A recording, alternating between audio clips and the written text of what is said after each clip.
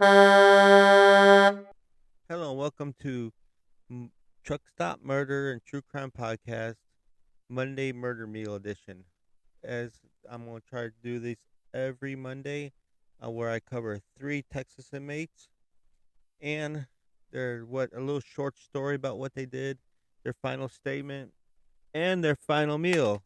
Taken why it's called Monday Murder Meal. Now I'm gonna give a short story about this, about what they did, because I might come back and do a full episode on this. I don't know yet, but this leaves me open so you get a little taste of it. So when I do it, you'd be like, I remember that. So let's see what everything else is connected to that. But yep, so far this is a few episodes, and if you like this, please let me know. I have not got no feedback about it, but at least I'm not getting no negative feedback, so that's a plus, I guess. But if you do like these Monday murder meals, let me know. And let's talk about the first one, which the first one, I believe, Small Town Murder actually did a full episode about this in West Texas. So if you want to listen to, matter of fact, I probably won't be doing this one. When I first started doing this, I was inspired by Small Town Murder, was the reason why I started all this. So that's why it's called Truck Stop Murder. It's similar, but I promise, and I told Jimmy Wisman that I will not do no cases that you all do. It'll be easy because James Petrogallo is amazing on his research. He does really good research and really detailed in storytelling. So, but there's comedy in it, and it's a comedy podcast. And they state they're assholes, but not scumbags. So they just make fun of the police forces and the idea of I want to do a murder and get away with it by fucking drunks and idiots. Yeah, that's hilarious. Nothing funny about the murder, but the idea of someone trying to do it. And here, in like I said, this one is known as the Waco Lake murders. But they did a live show on this and also a recorded show. But let's talk about this. David Wayne Spence. So on July 13th, 1982, Jill Montgomery, Verlene Rice, and Kenneth Franks drove out to one of the parks on the shores of Lake Waco to beat the summer heat and have a little fun. It would turn out to be the last outings they lived.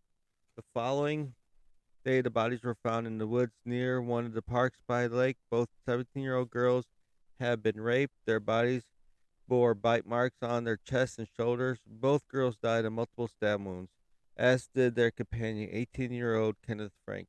Some of the knife wounds was described by the examining pathologist as torture wounds. The teen's killings would quickly become known as the Lake Waco murders, like I said. 2 months later, David Wayne Spence was arrested and convicted of unrelated sexual assault charges and sentenced to 90 years. When investigators matched Spence's dental impressions to the bite marks of Jennifer Burns and Raylene Rice, he was quickly charged with the murders of the three teens. Original trial testified alleged that Spence and the two other men, Gilbert and Anthony Melendez, were hired by someone to kill the man's girlfriend so he could cash in on a large insurance policy that he had taken out on in her name. Apparently, Spence and her brothers had mistaken Jill Montgomery for the girl they had was hired to kill in case of mistaken identity, which had cost the lives of the three teens. Melendez brothers pled guilty to charges right away. They didn't want no go to trial charges, so Gilbert received a life sentence. His brother Anthony, 99 years. David Spence, however, professed his innocence, claiming that he had been framed, that he had nothing to do with it. However, Daryl Beckman, Spence's cellmate at the McLennan County Jail, testified that Spence was bragging about the murders and told him why and how he committed them. Beckman was hypnotized by a Texas Ranger to enhance his memory of the Spence's confession. So they hypnotized this man, and which is crazy. I don't want. Yeah, that's definitely not. You know, could go to court with that. We hypnotized this man. So another inmate, also Jerry Jennings, also testified that he had overheard him confess and had written down everything that he said. Spence denied it all, saying that these two inmates must have been promised leniency in their own crimes in return of their testimony against him, but their testimony, along with those of the Melendez brothers, was enough to convict David Spence of capital murder.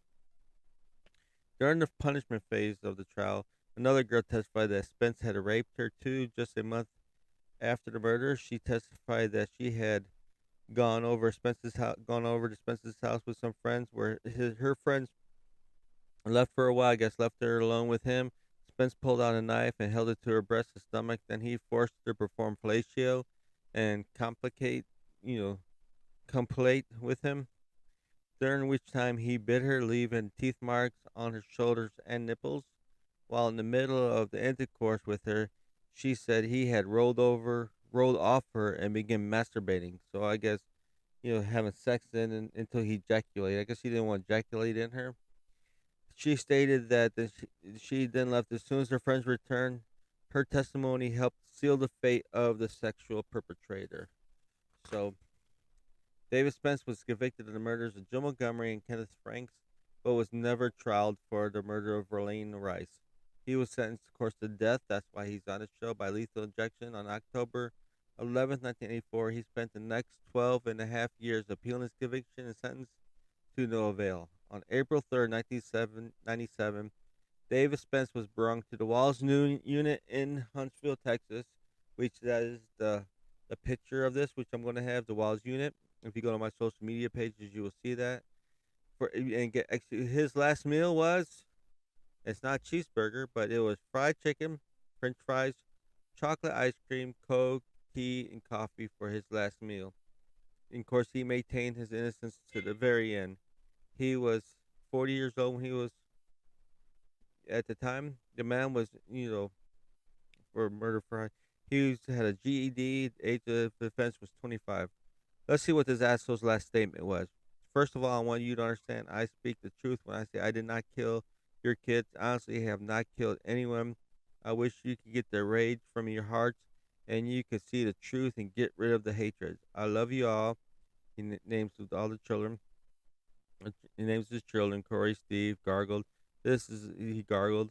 This is very important. I love you all. I miss you all. Okay, now I'm finished, and that's where he was executed. So there's the scumbag one.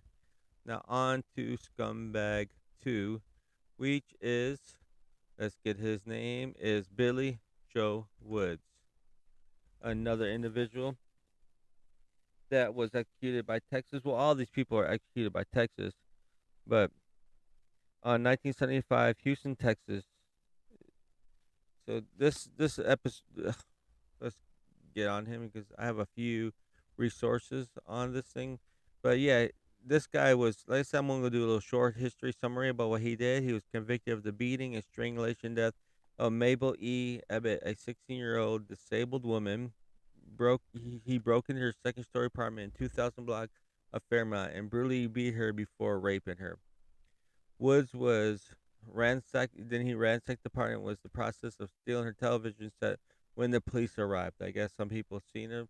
So Woods was a suspect of a similar attack in Louisiana for the same thing. So that's a little short story on him. And what did he request for a last meal? Let's see. His last meal, he requested a hamburger, French fries, banana pudding, and coffee for his last meal here. He was 50 years old. He had a 10th grade education. He was 29 of the date of offense. So, and I don't have any last words he said, so he just maintained his silence. So, our third final asshole of the day is Kenneth Edward Gentry. And this guy, a little short story on him. Kenneth Edward Gentry was born January 28th, 1961, and of course he was executed April 16th, 1997. Was an American criminal who was executed on April 16th, 1994, the murder of 23-year-old Jimmy Donham. Jimmy Donham. The crime took place in Louisville, Texas in 1983, technically Pilot Point. Gentry previously escaped from a Georgia prison in July 1980. That doesn't make no sense.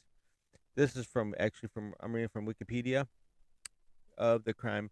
That's why the crime took place in Louisville, Texas in 1983, technically Pilot Point. Gentry previously escaped from a Georgia prison in July 1982 and was attempting to throw authorities off by assuming Ham's identity. He had been serving 10 years in prison for assault before the escape. Prior to his execution, Gentry issued the following final statement before he did.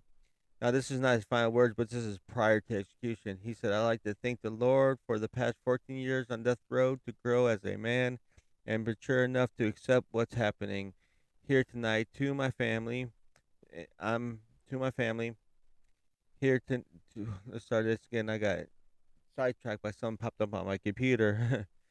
Except, let's read that again. I would like to thank the Lord for the past 14 years on death row to grow as a man and mature enough to accept what happens here tonight. To my family, I'm happy. I'm going home to Jesus. As the lethal drugs begin to flow, Gentry cried out, "Sweet Jesus, here I come. Take me home. I'm going that way to see you, Lord." But before he did that, that no, that's not his final statement. Well, this that was his final statement. But before his final meal was, listen to this. He had dined on a bowl of butter beans, okay, mashed potatoes, onions, tomatoes, biscuit, chocolate cake, and a Dr. Pepper on ice. He was 36 years old when he died.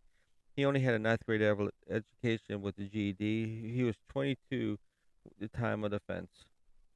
But there you go. It was a little choppy edition of Monday Murder Meal. And I'm gonna try to get a little better on this. Like I said, this is just a short 3-person episode, usually about 15 minutes long, something like that. If you like it, awesome. Go rate and review.